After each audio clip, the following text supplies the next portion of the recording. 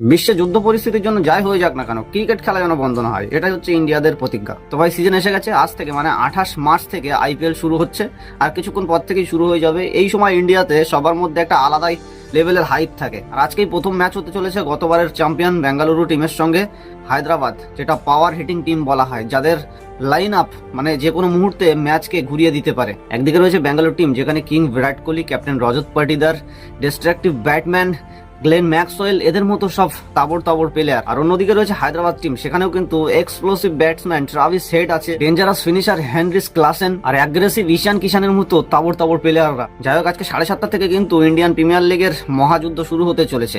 আপনার কি মনে হয় আজকের ম্যাচে কোন টিম জিততে চলেছে?